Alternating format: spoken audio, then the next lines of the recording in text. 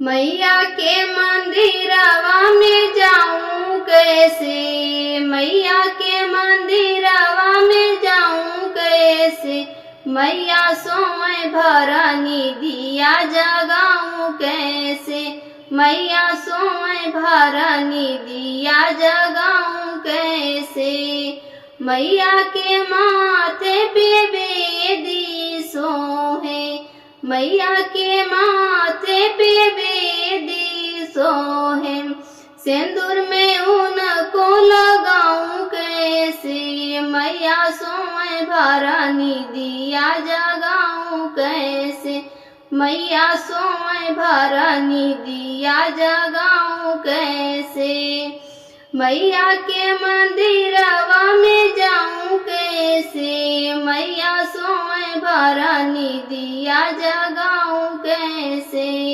मैया के हाथों में चूड़ी सोहे, मैया के हाथों में चूड़ी सोहे, मैं उनको मेहंदी लगाऊं कैसे, मैं उनको मेहंदी लगाऊं कैसे, मैया सोए भरनी दिया जगाऊं कैसे, मैया सोए भरनी दिया जगाऊं कैसे। मैया के मंदिरवा में जाऊं कैसे, मैया सोए भरनी दिया जगाऊं कैसे।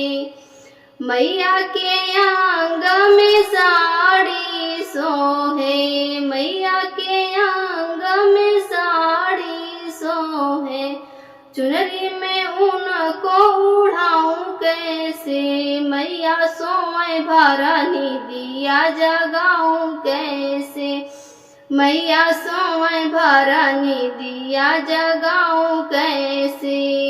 मैया के मंदिरवा में जाऊं कैसे, मैया सोए भरनी दिया जगाऊं कैसे। मैया के पैरों में पायल सोहे, मैया के पैरों में पायल सोहे, बिछिया में उनको पहनाऊं कैसे, मैया सोए भरनी दिया जगाऊं कैसे, मैया सोए भरनी दिया जगाऊं कैसे। मैया के मंदिरवा में जाऊं कैसे, मैया सोए भरनी दिया जगाऊं कैसे।